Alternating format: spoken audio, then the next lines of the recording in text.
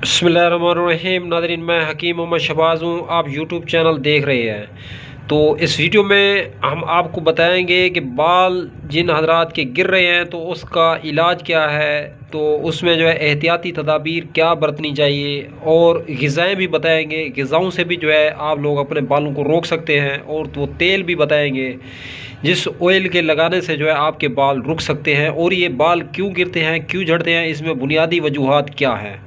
Number एक, खुराक में कमज़ोरी का आ जाना, अच्छी खुराक ना खाना, घी में चिपचिपी और तली हुई अशिया का ज़्यादा इस्तेमाल करना, मसलन पकोड़े, समोसे, बर्गर, दही बल्ले, fast food, soft drink, cold drink. तो ऐसी अशिया से इज्तनाब किया जाए तो आपके बाल जो है नहीं झड़ेंगे।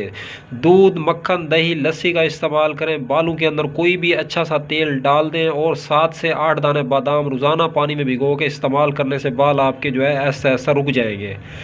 तो ये गर्मी और खुश्की का मर्द है, खून की कमी का मर्द है, तो इसको इन्हीं एहतियाती तदाबीर से ही आप लोग जो है रोक सकते हैं, वरना दुनिया में कोई दवा ऐसी नहीं है जो आपके बालों को रोके।